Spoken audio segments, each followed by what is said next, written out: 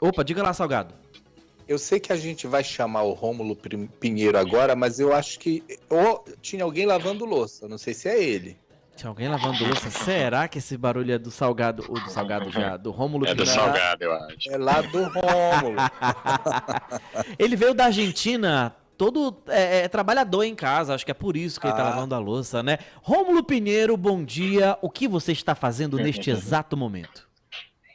Bom dia, meu amigo Salgado. Bom dia, Maxi Souza. Estou aqui exatamente no aeroporto, voltando para Belém, né? E nesse momento, o barulho de prato aqui é o aeroporto, meu amigo Maxi Souza e Salgado. Ah, eu pensei que você não tinha pago a conta e tava lavando os pratos aí, mas deu tudo certo.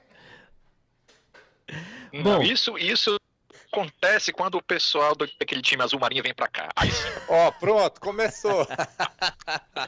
Ai. A gente tá nessa descontração assim, agora, é importante, mas o assunto que o Rômulo vai tratar já deu muita discussão, muita mesmo, que é sobre a revogação da portaria do aborto legal por estupro.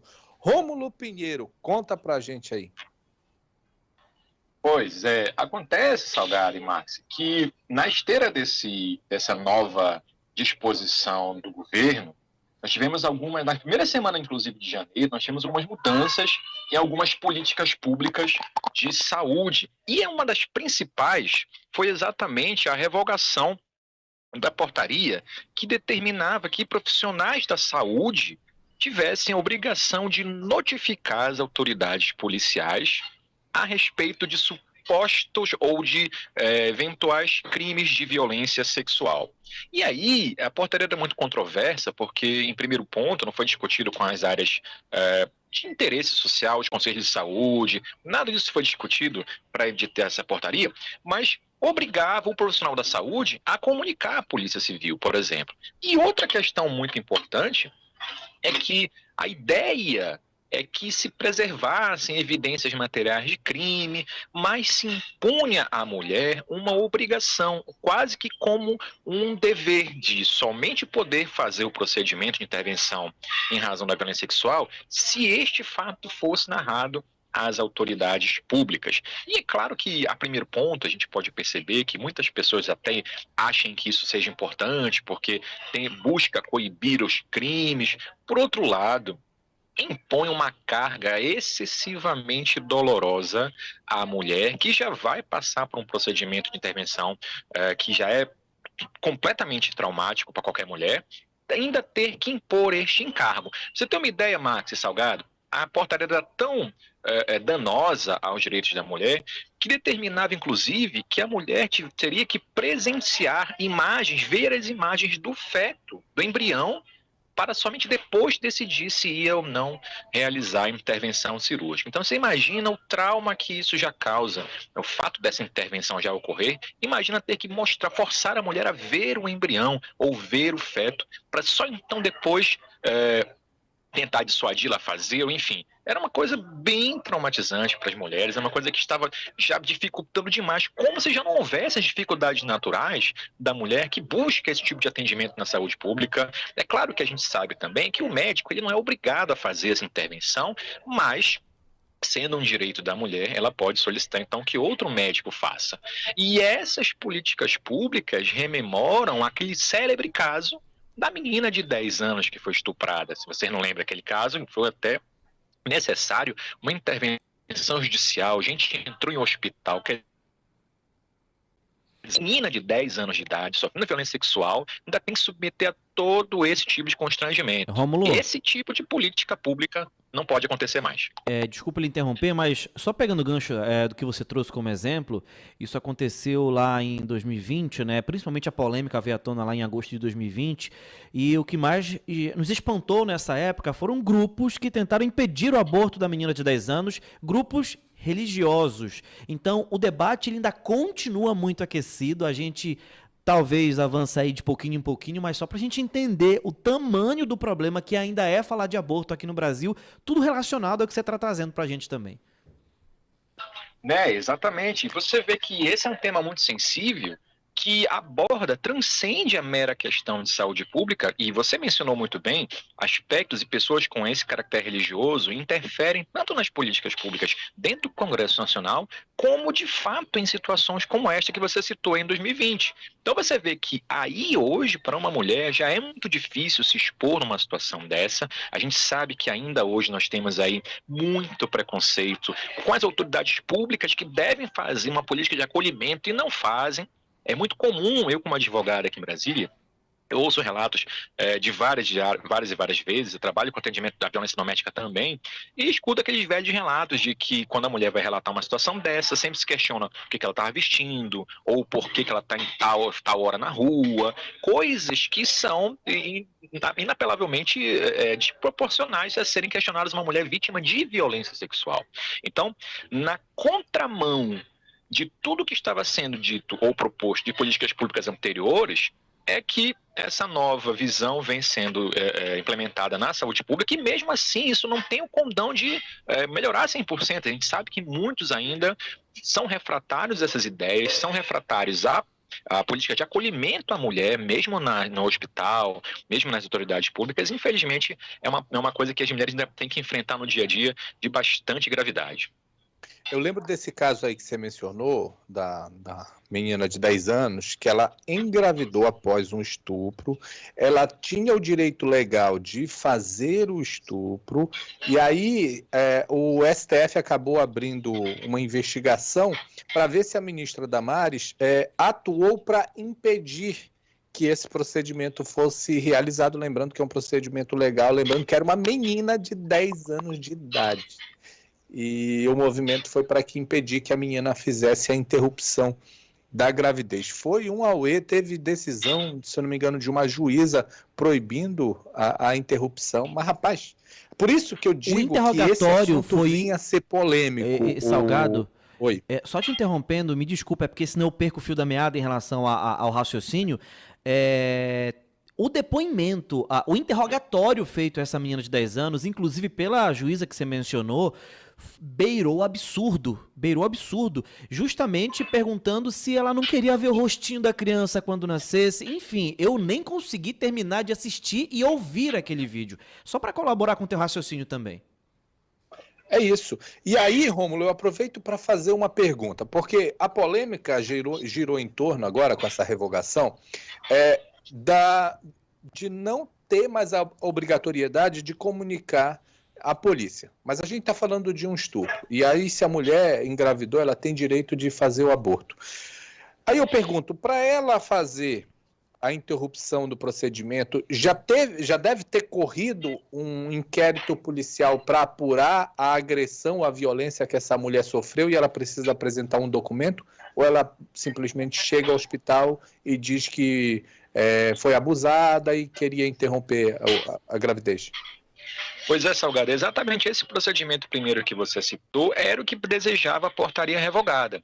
Desejava unicamente fazer o procedimento após toda uma investigação, um interrogatório acerca da violência sofrida. O problema dessa argumentação é que quanto mais tempo passa, mais risco se corre para interferir ou intervir nessa gravidez. Então hoje, como era antes da portaria, hoje não é necessário qualquer tipo de procedimento prévio para que se promova esse tipo de interrupção da gravidez. É claro que quando a vítima procura um hospital público nessas circunstâncias, há uma equipe médica que vai conversar com ela, há profissionais de outras áreas também, há psicólogos que vão conversar com a pessoa para dar um certo acolhimento, que é necessário, é uma política pública de saúde, acolhimento à vítima, transfere esse acolhimento à vítima, e a partir de então ela faz o procedimento sem a necessidade de obrigação dela comunicar esses atos à autoridade policial. Claro, no caso de menor de idade, vocês estavam falando de uma questão da menina de 10 anos, aí não tem jeito, como é menor de idade, obrigatoriamente é comunicado à autoridade pública, mas pessoas de maior de idade não precisam disso, e a portaria obrigava os profissionais da saúde a comunicar às autoridades públicas desse tipo de situação, quebrando e violando toda a questão do Código de Ética Médica e também a questão da própria legislação. É bom lembrar que nós temos 3 situações possíveis. É a intervenção em razão da violência sexual, é quando se traz um risco à saúde da gestante, que era o caso da menina de 10 anos, e não havia nenhuma possibilidade da juíza interferir, porque a lei é clara nesse sentido, a menina não tinha condições de ter uma criança com 10 anos de idade, o corpo físico não abarca essa possibilidade, e nos casos de anencefalia que o STF já decidiu lá em 2018, a partir de 2018. Então você vê que mesmo a lei não determinando que assim seja, muitos ainda querem interferir, criando obstáculos para que a mulher consiga esse intento, que às vezes até para resguardar a própria vida dela e não consegue. Você estava falando em relação a esse acolhimento que a mulher ela tem que ter nesses casos, em todos os casos, né? E principalmente quando envolve estupro, né? Crimes sexuais. E a gente tem um exemplo em relação ao que está acontecendo com o Daniel Alves lá na Espanha, Rômulo, que é o novo protocolo de ação em relação a preservar muito mais a partir de agora a vítima. Por exemplo, essa mudança foi feita em setembro de 2022, onde existe um rigor muito maior e hoje, por exemplo, ouvindo especialistas, inclusive na própria Globo News e na CBN, a partir do momento que há uma notificação de estupro, crime sexual, digamos que já e de imediato cria-se uma bolha uma bolha positiva em relação a essa vítima, em relação a essa proteção e esse acolhimento. Você, como é que enxerga essa questão do protocolo hoje no Brasil, visando essa medida, visando agora essa portaria que prevê a exigência de comunicação à polícia nos casos de aborto e também a gente coloca logo o estupro envolvido em toda essa questão? Pois é, Max, é bom ressaltar que a portaria foi revogada, então não se exige mais que se tenha uma notificação para a autoridade pública e a partir de 2019, nós tivemos algumas mudanças no Código de Processo Penal e se criou a chamada cadeia de custódia. Essa cadeia de custódia é essa bolha que você se refere aí, de proteção e garantia das provas que foram produzidas, aliás, que devem ser encontradas para identificar os autores do crime e os indícios de materialidade desse mesmo crime. Você vê que lá o protocolo desde a hora do fato, Max, desde a hora que há comunicação, no caso do Daniel Alves, na hora que foi feita a comunicação, de imediato se entrou no banheiro, se recolheu o material biológico do jogador. Então, a cadeia de custódia, ou seja, a proteção dessa prova lá na Europa já é um protocolo muito forte para garantir que essas provas não se percam. Até porque violência sexual, a gente sabe que a prova perece muito fácil, né? Em razão de fluidos corporais que se perdem, em razão mesmo de ser um crime que não tem testemunhas, é um crime em geral que não é presenciado. Então lá já está bem avançado e se colhe o material biológico na hora praticamente do que aconteceu a violência. Aqui no Brasil ainda está um pouquinho atrasado esse protocolo, mas já há previsão legal para que essas provas, uma vez encontradas, sejam mantidas preservadas para que no futuro gere uma punição para o suposto criminoso. É isso. Bora fazer um intervalo, Salgado, porque a gente tem mais algumas perguntinhas, né, pro Rômulo já, né? Tem sim. Bora pro intervalo. Ou o Rômulo fica com a gente um pouco, Rômulo? Ou teu avião já vai decolar? Ainda não. Não, vamos esperar aqui. Vamos junto. Tô aqui aguardando vocês. A gente vai pro intervalo e volta já. Boletim de notícias.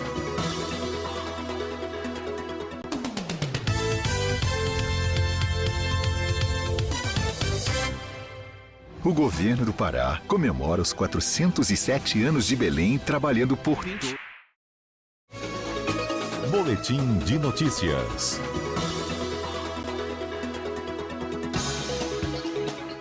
Estamos de volta com o Boletim de Notícias para você aqui na CBN Amazônia na manhã desta quinta-feira, 26 de janeiro de 2023. O tema ainda é a revogação da portaria que previa a exigência de comunicação à polícia nos casos de aborto legal por estupro, claro, aqui no Brasil. E a gente conversa com Rômulo Pinheiro, colunista da CBN, ele que é de Conexão Brasília, né, sempre traz informações pra gente da capital federal e hoje não está sendo diferente. Rômulo, mais uma vez aí, obrigado por nos acompanhar e aguardar, né, esse intervalo. Eu queria agora tocar num ponto que é delicado e que traz mais polêmica ainda, que é o contexto político dessa nova portaria.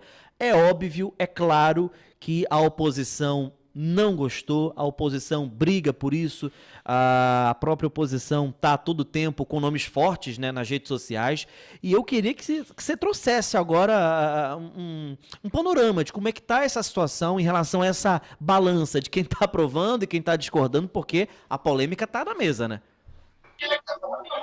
Pois é, Max, a questão central aqui é a seguinte: determinadas normas são de atribuição do Poder Executivo e, nesse caso, quem determina as regras para esse tipo de procedimento lá nos postos e hospitais em geral é a Agência de Vigilância Sanitária, órgão do Poder Executivo, e ela vai seguir o padrão do titular da pasta, que nós sabemos claramente é uma orientação mais progressista. Então você vê que no governo anterior, todos os obstáculos, até mesmo os mais absurdos, como os casos que vocês citaram aqui, principalmente da menina de 10 anos, esses casos, essas circunstâncias ficaram mais claras, houve um impedimento maior ainda de se promover essas políticas públicas e, como há uma determinação somente do Poder Executivo nessas situações, então fica muito mais tranquilo a alteração desse tipo de política. Quando se fala na imposição de leis, ou seja, leis em sentido mais estrito,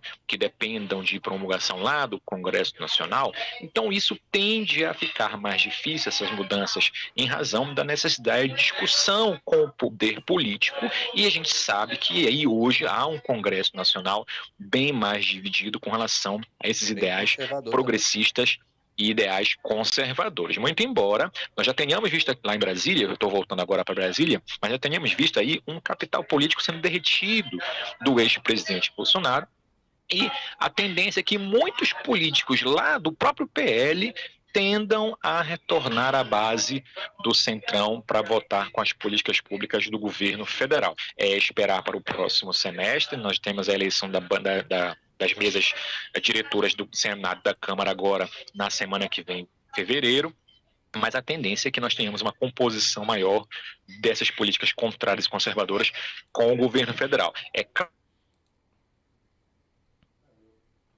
vai refletir sim nesse tipo de política pública. É claro que há condenações vindo aí, há situações de inquéritos acontecendo, principalmente nessa área de direitos humanos que a gente estava comentando, que é tópico do assunto de hoje, principalmente a responsabilização dos ex-dirigentes dessa pasta. E é claro, a gente não pode deixar de mencionar a tragédia dos Yanomamis que vem acontecendo aí nesses últimos dias. Então essas políticas, elas estão, pelo menos no Poder Executivo, mudando diametralmente em sentido oposto, em razão da questão progressista, e com relação a normas, isso tende a dificultar um pouquinho mais lá no Congresso Nacional. Agora, Rômulo, a gente ainda tem um tempinho aqui, eu queria perguntar para você o seguinte: você estava falando aí sobre recomposição com o Centrão, e aí eu aproveito para te perguntar, Centrão na base, ali número confortável do governo, mas esse número ele varia de acordo com cada matéria, por exemplo, como temas polêmicos como esse, ou eles vão mesmo na lealdade e não estão nem aí para a base eleitoral? Ótima pergunta, Salgado. É um ditado que se corre muito em Brasília, eu adoro ele, dizendo que se diz lá que no Congresso o mais bobo troca de meia sem tirar o sapato, sabe? Então ali é o seguinte, ali, fora aquela base mais enraizada, mais voltada a um fanatismo mesmo, a questão do conservadorismo mais fanático, ligado às questões religiosas ou do agro, salvo esse pequeno grupo, a tendência dentro do próprio PL de 99 deputados é, com certeza, se bandear naquilo, ir para o lado daquilo que oferece mais vantagens, seja do ponto político, até mesmo econômico para suas bases, tendo esse grupo mais propensão a ir para a base do Centrão, que vota de acordo com o governo, já que nós teremos aí, com certeza, um poder maior do Poder Executivo. Lembrando que o orçamento secreto foi discutido, foi votado, caiu, e a tendência é que os ministros das pastas correspondentes ao Poder Executivo tenham um poder maior de deliberação de onde irão as verbas, como isso foi perdido na época do governo Bolsonaro em razão do orçamento secreto, e com esse retorno dessa determinação para os membros das próprias pastas, por exemplo, os ministros da Educação, ministro da Fazenda, etc., haja uma composição maior com aquilo que interessa. Em resumo, meu caro Salgado, respondendo a sua pergunta, a tendência é que, liberando-se mais verbas ou fazendo o jogo político que sempre existiu em Brasília, esses deputados irão compor com o governo, salvo aquele lado mais enraizado do fanatismo, como algumas figuras centrais que não vão, sob o problema de perder capital político, não vão se bandear para o lado do governo federal. Por exemplo, você tem aí no Senado Federal, aliás, na Câmara dos Deputados, tem Bia Kicis, Carla Zambelli, Joyce Hasselmann, aliás, saiu, mas esses mais enraizados não irão, de qualquer maneira, mas os demais, a tendência sim que compõem com o governo nos próximos semestres. É isso, Rômulo Pinheiro, colunista da CBN, ele que está sempre na Conexão Brasília com a gente no Boletim de Notícias. A conversa foi sobre a revogação da portaria que prevê a exigência de comunicação à polícia nos casos de aborto legal por estupro. Rômulo, muito obrigado, é sempre um prazer ter você aqui com muito conteúdo, levando muita informação para o nosso ouvinte e tirando dúvidas, porque a gente recebe tanta fake news, a gente vê tanto absurdo nas redes sociais, que só um especialista, só uma pessoa que está dentro do assunto pode sanar essas dúvidas e trazer a informação correta para todos nós. Então, bom retorno a Brasília. Obrigado pela participação. Muito obrigado, Salgado. Diga, Salgado. Não, porque ele disse bom retorno a Brasília, mas tu tá indo para Belém, né? Ah, você tá indo para Belém, Belém, vou passar uns 2 dias em Belém depois que eu vou a Brasília. Ah, olha aí, ó. Porque eu tenho um recado para mandar, Salgado. Eu estava em Buenos Aires e fui lá na Bomboneira com a camisa do maior clube do Norte. Aí eles começaram a apontar, Paysandu, perguntei, vocês conhecem um outro clube de lá? Conhece outro clube de lá? Não conosco.